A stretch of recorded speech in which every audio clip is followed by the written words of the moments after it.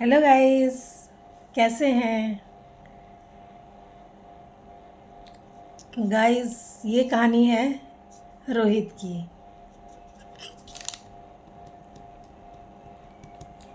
रोहित जो है गुड़गांव की एक कंपनी में काम करता था।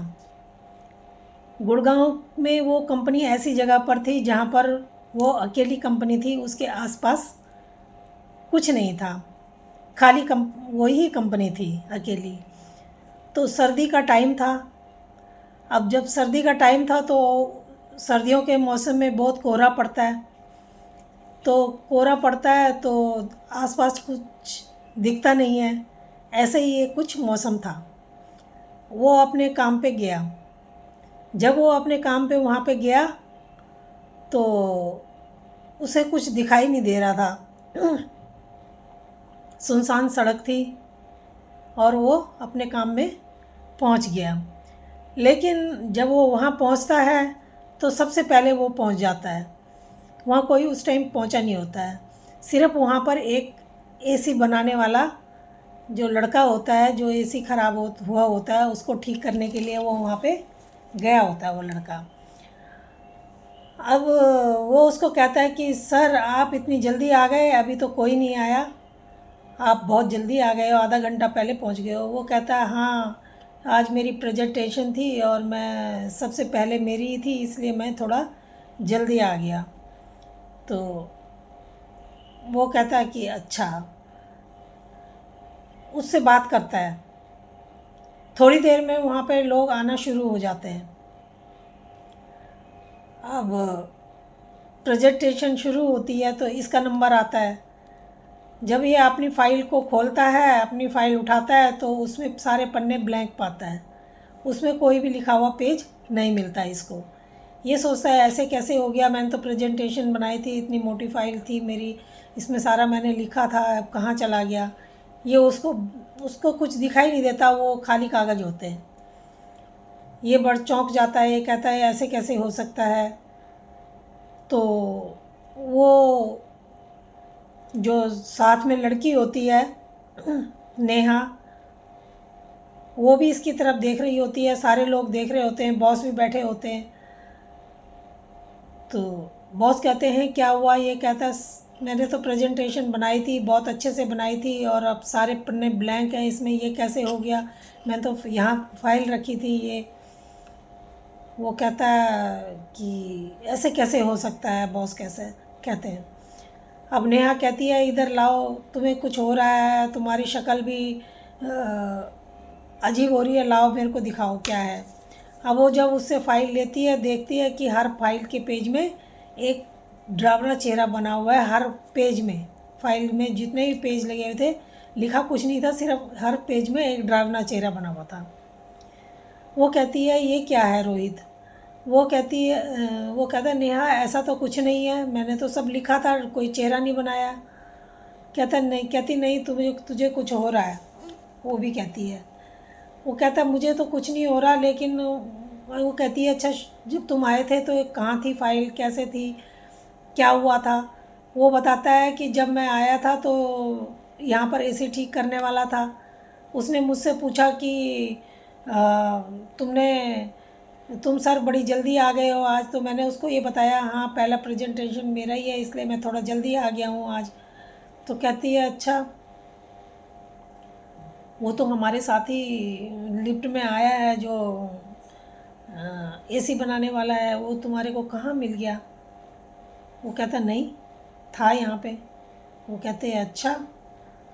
अब ऐसे ही उनकी बात चलती है और बहुत वो परेशान सा होता है। अब बॉस कहते हैं रहने दो रोहित, तुम्हारे बस का नहीं है, तुम्हें कुछ हो रहा है, तुम आराम करो। तो वो कहता है नहीं सर, मेरे को तो कुछ नहीं हो रहा, लेकिन मैं सच बता रहा हूँ, जो मेरे साथ हुआ मैं सच बता रहा हूँ। वो कहते हैं ऐसा कैसे हो सकता है, वो तो हमारे साथ ही आया है और तुम कह रहे हो उससे बात हुई है। जब एसी बनाने वाले से पूछते हैं, वो कहता है नहीं, मैं तो इनके ही साथ आया हूँ, यहाँ पे तो मैं नहीं था। वो कहता है ऐसे कैसे हो सकता है। अब उनकी ऐसी बात हो रही होती है। तब तक क्या होता है कि अब वो सब काम करते हैं और अपने अपने घर जाते हैं रात को। अब वो रात को देर तक भी उसकी आदत थी रात को देर तक रुकने की। काम करके अपना पूरा काम करके जाता था, देर में थोड़ा जाता था, तो वो उसकी ऐसी ही आदत थी। अब सब चले जाते हैं, वो रात को वहाँ पे रुकता है। रात को जब वहाँ पे रुकता है तो वो सोचता है कि चलो मैं अब काम मेरा ख़त्म हो गया, अब मैं लाइट वाइट बंद करके पूरे की और दरवाजे बंद करके अब मैं थोड़ा चाय पीने के लिए कैंटीन में जाता हूँ।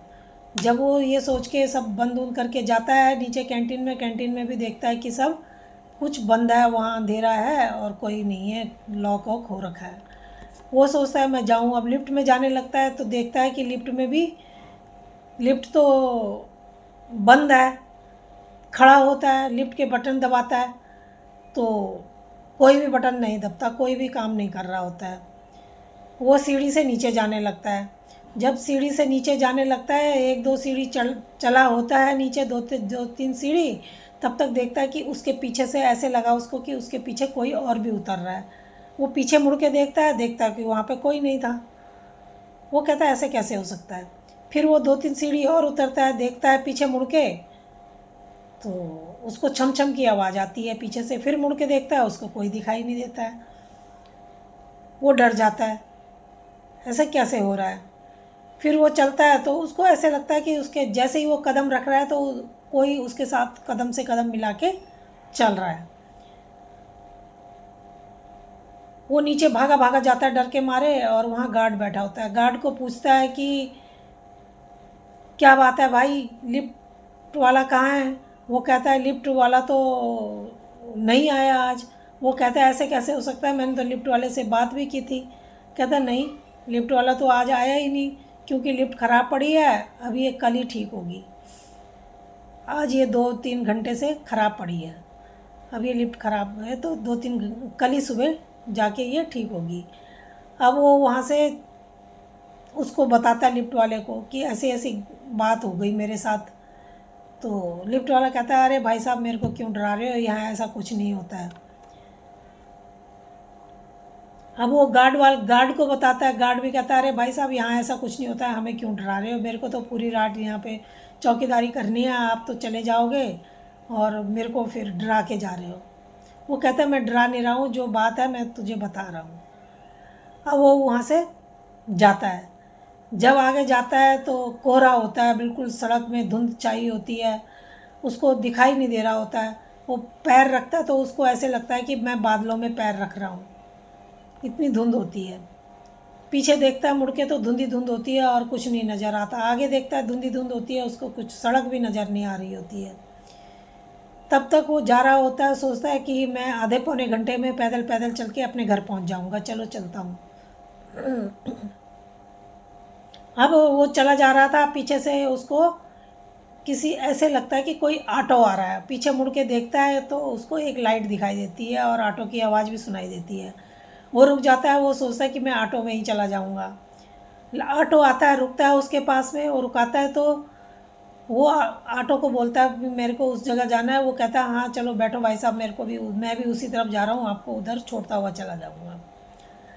वो ऑटो में जब बैठने को होता है, देखता है कि ऑटो में कोई औरत बैठी हुई है जिसने दुल्हन के रूप में जो बहुत लंबा सा घूंघट निकाल के बैठी हुई है।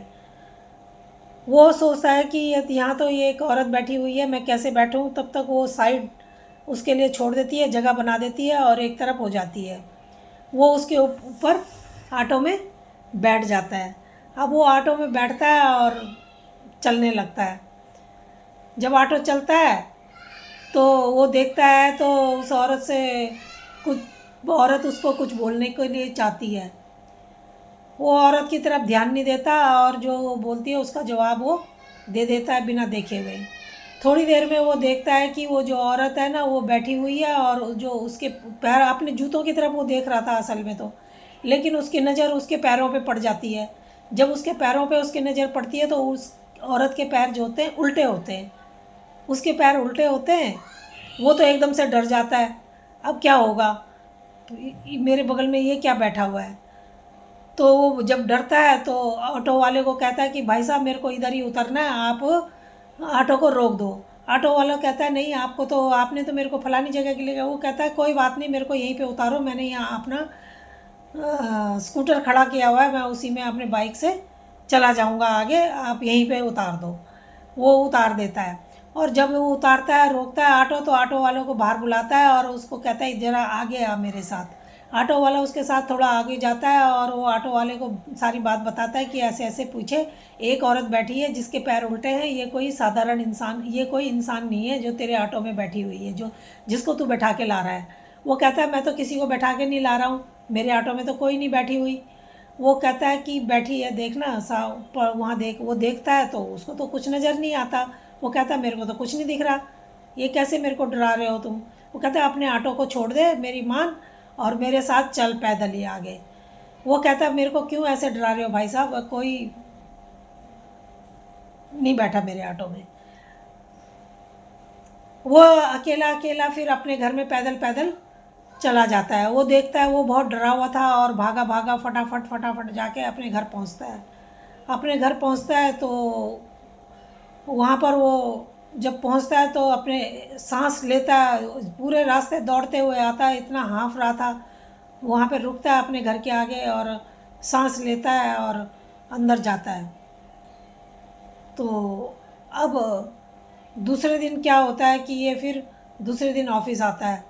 जब ऑफिस आता है तो ऑफिस में सबको बात बताता है।